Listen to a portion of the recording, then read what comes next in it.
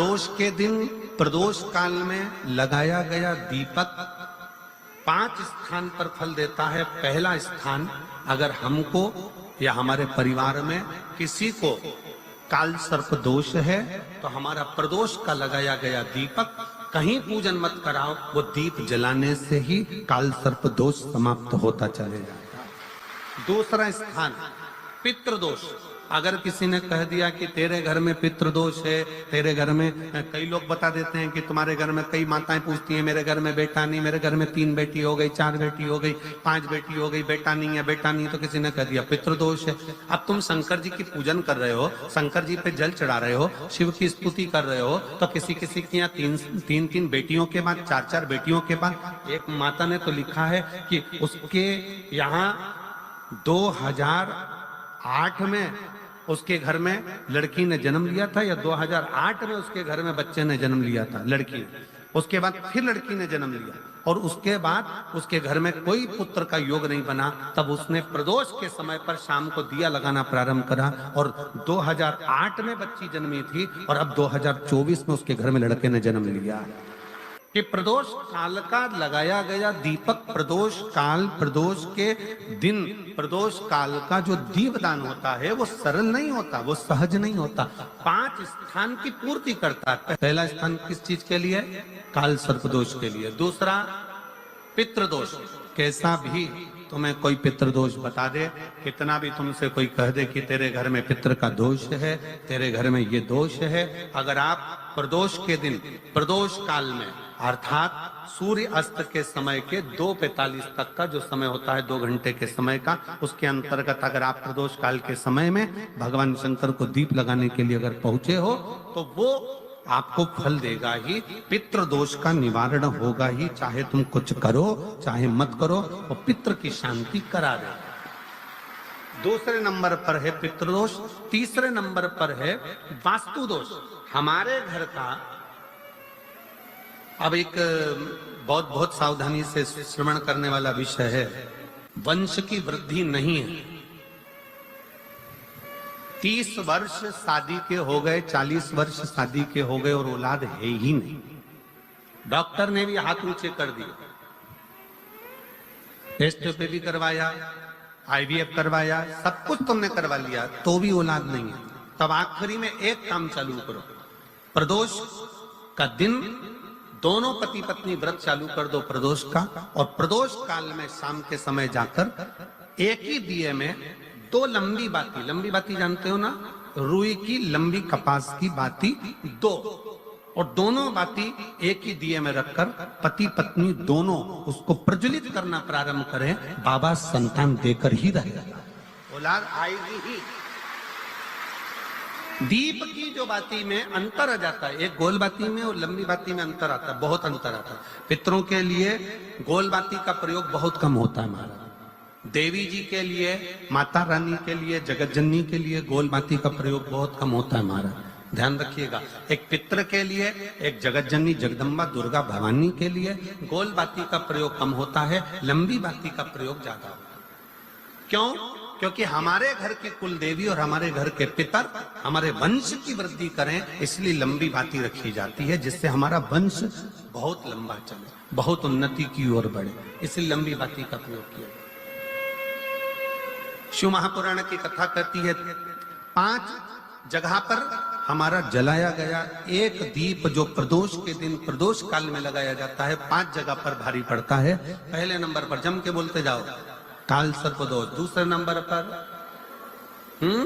पितृदोष। तीसरे नंबर पर घर का वास्तु दोष। हमारे घर में कितना भी वास्तु दोष है, कोई ने कह दिया यहाँ बाथरूम नहीं बनना थी, यहाँ पर शौचालय नहीं बनना था, यहाँ सीढ़ी नहीं बनना थी, वो सीढ़ी वहां बनना थी, ये सीढ़ी वहां बनना थी। तुम पूरा घर तोड़वा के देख लो, उसके बाद में जैसा वास्तु वाले वैसा करा कर देख लो, उसके बाद भी तुमको शांति नहीं मिले तो समझ लेना कि तुम्हारे घर में अब वास्तु दोष तो तुमने दिखाकर समाप्त कर लिया, फिर भी वो समाप्त नहीं हो रहा, तो प्रदोष काल का लगाया गया प्रदोष के समय का दिया आखिरी में वास्तु दोष को भी समाप्त कर देता है और उसमें भी फल प्रदान करता है। काल सर्प दोष, पितृदोष, वास्तु दोष। चौथे नंबर पर 1 रुपया कमाया, 1.25 रुपए खर्च हुआ, पैसा आया गया, ये चौथे नंबर का व्यापार में थोड़े दिन दुकान अच्छी चली, थोड़े दिन बैठ गए, थोड़े दिन काम चला, थोड़े दिन बैठ गए, गाड़ी चली, थोड़े दिन फिर बैठ गए, अर्थात हमारी फैक्ट्री थोड़े दिन चली फिर बैठ गए, कहीं ना कहीं तकलीफ, थोड़े दिन खाते थोड़े दिन रोते वाला चल रहा है। तो प्रदोष काल का, प्रदोष के समय का दिया इस दुख को समाप्त कर कर रेगुलर एक जैसी सांझी, एक जैसी लक्ष्मी की वृद्धि करते चले जाए, प्रदोष काल का। और 5वें नंबर का प्रदोष काल का दिया, प्रदोष समय का दिया 5वें नंबर पर रोग का निवारण कर, रोग निवारण।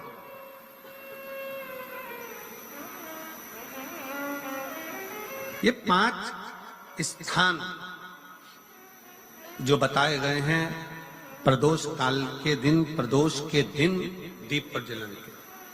प्रदोष व्रत का इतना महत्व है महाराज। ये प्रदोष व्रत होता क्या है? प्रदोष व्रत का महत्व क्या है?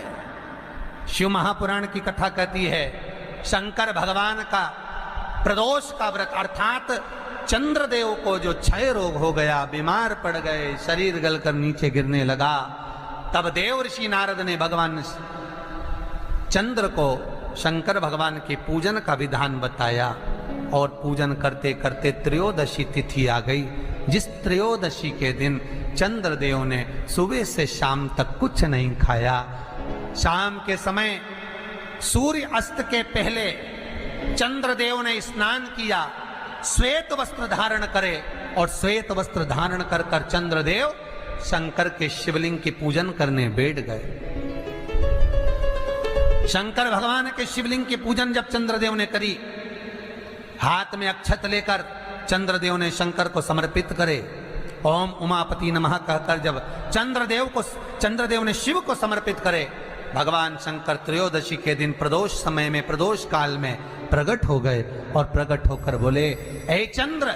तुमने आज मेरा अनुरोधन किया है, आज मेरा स्मरण किया है, जाओ आज त्रयोदशी के दिन प्रदोष काल में मैं तुम्हारे शरीर को स्वस्थ करता हूं। तब से ये प्रदोष व्रत प्रारंभ हुआ है महाराज। उसका वर्णन जब हम करते हैं, ये प्रदोष की पूजन का विधान किसने बनाया, ये प्रदोष की पूजन का नियम किसने बनाया, ये प्रदोष की संध्या काल का, प्रदोष के समय का पूजन का विधान कौन बनाया, ये प्रदोष के समय पर एक बेलपत्र चढ़ाने का विधान किसने बनाया, प्रदोष के समय पर एक समीपत्र चढ़ने का विधान किसने बनाया, प्रदोष के समय पर अगर मान लो कोई भिखारी से भिखारी व्यक्ति भी है जो ठेला चला रहा है, उसके पास में खाने के लिए कुछ नहीं है, फटे कपड़े पहन रहा है, उसकी जिंदगी में कुछ भी नहीं बचा और कर्जे में लतालूम हो गया, एक चावल का दाना अगर वो प्रदोष के दिन, प्रदोष काल में शाम के समय पर शंकर के शिवलिंग पर चढ़ा देता है, तो 3 या 4 प्रदोष में उसका कर्जा चूकना प्रारंभ हो जाता है। प्रदोष का विधान इतना, ये प्रदोष का वर्णन करा किसने, इतना प्रदोष की महत्वता बताई किसने, कौन करे इतना वर्णन? अगर प्रदोष की महत्वता बताने वाला कोई है, इसीलिए मेरे शंकर भगवान माता सती को लेकर कुंभज ऋषि के यहाँ, अगस्त ऋषि के यहाँ कथा सुनने के लिए गए थे, क्योंकि उनके बराबर कोई शंकर के महत्व को बता नहीं सकता और प्रदोष के महत्व को नहीं बता सकता। सती मैया को प्रदोष का महत्व बताने के लिए शंकर सती जी को लेकर कुंभज बाबा के यहाँ गए थे, अगस्त ऋषि कि प्रदोष के महत्व को तो जानो सती,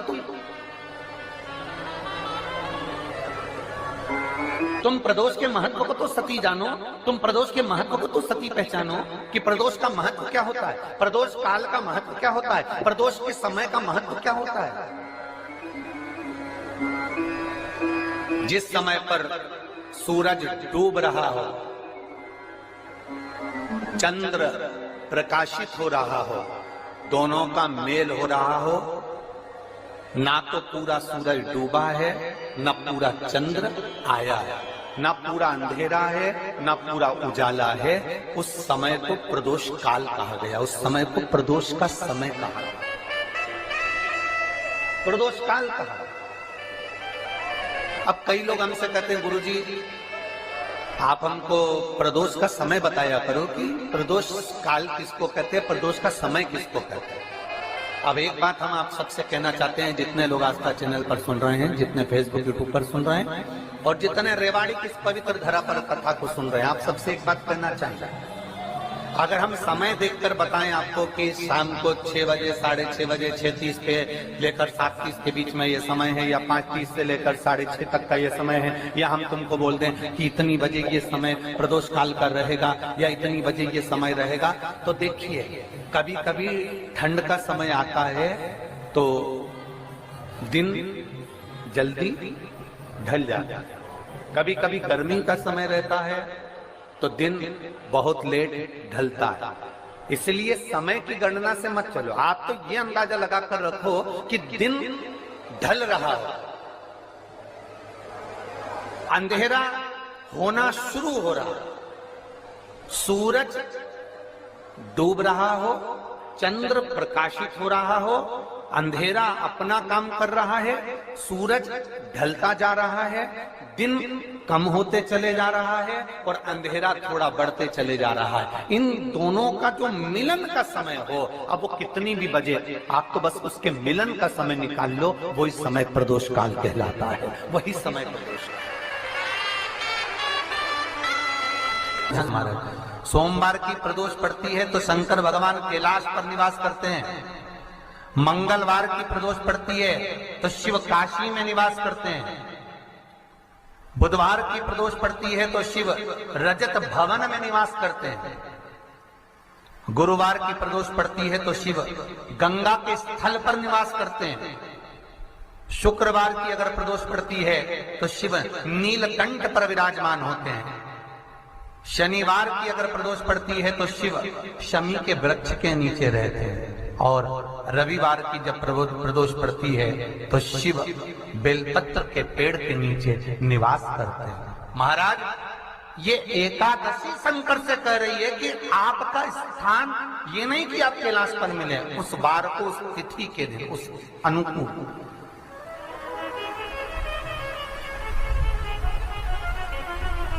हमारे यहाँ कहते हैं सोमवार की जो प्रदोष पड़ती है वो इच्छा पूर्ति करती है, मंगलवार की प्रदोष रोग से मुक्ति देती है, बुधवार की प्रदोष कामना की पूर्ति करती है, गुरुवार की प्रदोष शत्रुओं का नाश करती है, शुक्रवार की प्रदोष सुख और शांति देती है, शनिवार की प्रदोष संतान का सुख देती है, और रविवार की प्रदोष जो काम दुनिया में कोई नहीं कर सकता वो अचूक फल की प्राप्ति रविवार की प्रदोष करा देती है। महाराज ऐसी प्रदोषों का नियम वर्णन किया चाहिए। भगवान कहते ठीक है तू थोड़ी देर खड़ी हो। एकादशी सम्मुख खड़ी हुई, पार्वती जी ने जिस अंगुष्ठ का जल पीने के लिए लिया था हाथ में, बस पीने ही वाली थी, शंकर भगवान ने वही हाथ में जल लेकर एकादशी के हाथ में उसको देकर कहा, ले ये मेरे द्वारा निर्मित एक व्रत है जिसे त्रयोदशी के दिन तूने मांगा है, मैं तुझे देता हूँ, आज इस व्रत का फल मैं तुझे प्रदान करता हूँ। अब तू जिस जीवात्मा को लेकर जाएगी उसका पाप प्रबल नहीं होगा। किसी स्त्री, पुरुष, बालक, बुजुर्ग जो भी होगा जिसने प्रदोष का व्रत करा होगा, वो जीवात्मा को तू किसी फल की कामना से नहीं स्वतः ही लेकर चली जाए, उसमें कोई कामना नहीं है। बन सके जीवन में 11 प्रदोष या 26 प्रदोष करने के बाद आप उसका उद्यापन कर कर विराम भी दे सकते, पर जीवन में एक बार प्रदोष का व्रत मौका मिले, जिस कामना से जिस दिन का भाव आपके मन में आए कि मुझे रोग से मुक्ति पाना है तो ये प्रदोष मुझे करना है, मैं और रोग मुक्ति के लिए हम मंगल जो भी आपके मन में आ रहा है, संतान प्राप्ति के लिए शनिचरी प्रदोष, आप उसका स्मरण करें। फिर लिखा शिव महापुराण में, बड़ा सुंदर लिखा विद्या जी ने, मान लो आप प्रदोष का व्रत नहीं कर सकते,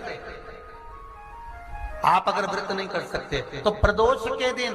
प्रदोष काल में शाम का समय सूर्यास्त का कुछ पल, कुछ घड़ी के पहले से लेकर बाद तक का प्रदोष काल के अंतर्गत आप शंकर जी के मंदिर में जाकर 1 लोटा पानी, 5 बेलपत्र भी अगर समर्पित कर